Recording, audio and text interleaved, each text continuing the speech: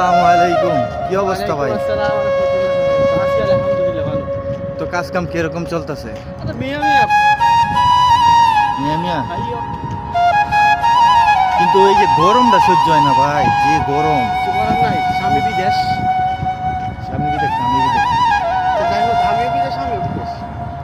তো পরিবারের সবাই কি অবস্থা, কেমন আছে? যোগাযোগ হয়নি? আলহামদুলিল্লাহ সবাই ভালো আছে। আপনি সবাই ভালো আছেন ফ্যামিলি? আলহামদুলিল্লাহ ভাই, সবাই ভালো আছে। মাঝে মধ্যে কথা হয়, প্রায়ই কথা হয়। ওরাও ফোন দেয়, আমিও ফোন দেই, এই আর কি। ফ্যামিলি তো ভালোই আছে। আমি আজকে সামনে ঈদ, 3 দিন বাকি সৌদি আরব ঈদের। এর মধ্যে মনে করেন 3 দিন সৌদি করতেছি, মা বাপ আত্মীয় স্বজন ছাড়া। কিচ্ছু করার নাই ভাই, প্রবাসীরা এরকমই। তাদের বউ বাচ্চা মা বাবা সবাইকে রাইখা এই দূর প্রবাসে শুধু টাকার জন্যে আজকে মা বাপ ছাড়া, আত্মীয় স্বজন ছাড়া, বন্ধু বান্ধব ছাড়া ঈদ করতেছি। কিচ্ছু করার নেই ভাই, এটাই প্রবাসীদের জীবন। তাদের জীবনটাই এরকম।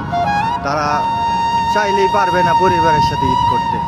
তাদের এখন হাত পা ধরতে গেলে বাধা।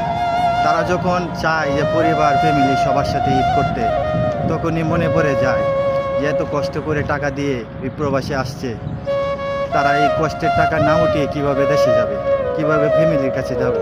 সবচেয়ে থেকে বড় কষ্টটা হইল ঈদের দিন। ঈদের দিন শুধু নামাজটা পড়তে পারি, নামাজটা পড়ার পরে আবার ডিউটি। এরই প্রবাসী ঈদ। সবাই দোয়া করবেন, সবাই যেন সুস্থ থাকতে পারে বা সুস্থ মতে সবাই মিলেমিশে চলতে পারি। আর কিছু চাই না ভাই। আল্লাহ হাফেজ, সবাই ভালো থাকবেন, সবার জন্য দোয়া করবেন, সকল প্রবাসীরা ভালো থাকুক।